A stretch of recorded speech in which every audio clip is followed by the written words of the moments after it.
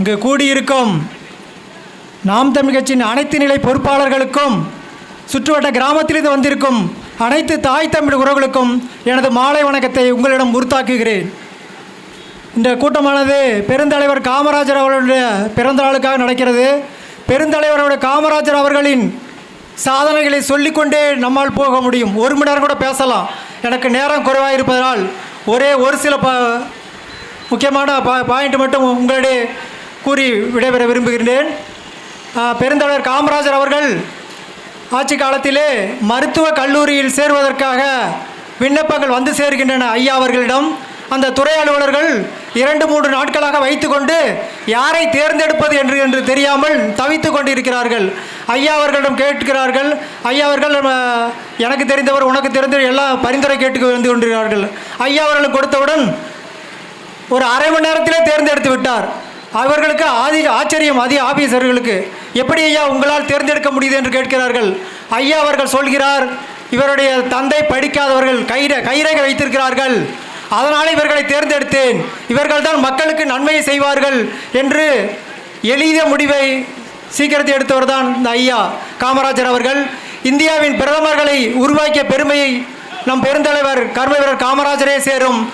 அன்னை இந்திரா காந்தி முன்னாலே வேட்டி சேடை கட்டிய ஒரே தமிழன் ஐயா காமராஜர் அவர்கள் தான். கால் மேல் போட்டுக்கொண்டு ஐயா அவர்களும் கம்பீரமாக பேசியவரும் காமராஜர் தான்.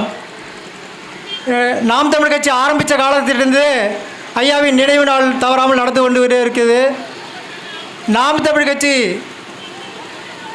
எதற்காக ஆரம்பித்தது என்றால், இங்குள்ள திராவிட இயக்கங்கள் கிட்டத்தட்ட 75 ஆண்டுகளாக மக்களை சாதியாகவும் மதமாகவும் தேர்தல் வந்தால் சாராயம் கொடுத்தும் வாக்கை பெற்றுக்கொண்டு அவர்கள் திருடுவதையே முதல் குறிக்கோளாக வைத்து கொண்டிருக்கிறார்கள்.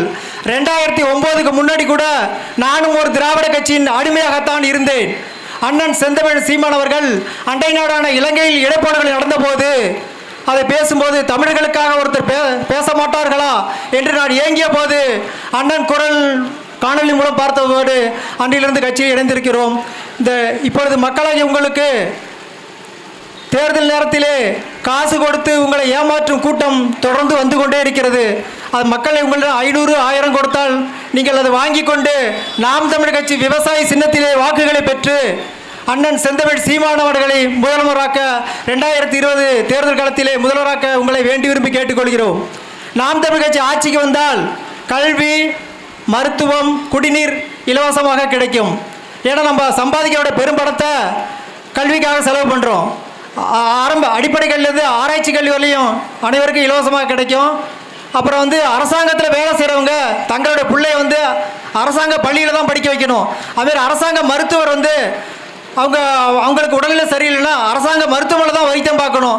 இப்படி எண்ணற்ற திட்டங்களை கொண்ட நாம் தமிழ் கட்சி அண்ணன் செந்தமிழ் சீமான் அவர்களை பலமுறை தோற்றாலும் அங்கீகரிக்கப்பட்ட கட்சியை உங்களுக்கு நன்றியை தெரிவித்துக் கொள்கிறேன். இனி மறக்காமல் இந்த திராவிட கட்சியும் தேசிய கட்சியிலும் தூக்கி எறிந்துவிட்டு நாம் தமிழ் கட்சியின் விவசாய சின்னத்திலே வாக்குகளிட்டு அண்ணன் சீமான் அவர்களை 2026 முதல்வராக நாம் அனைவரும் ஒற்றுமையுடன் பாடுபடுவோம் என்று கூறி வாய்ப்புக்கு நன்றி அமைக்கிறேன். நன்றி, வணக்கம்.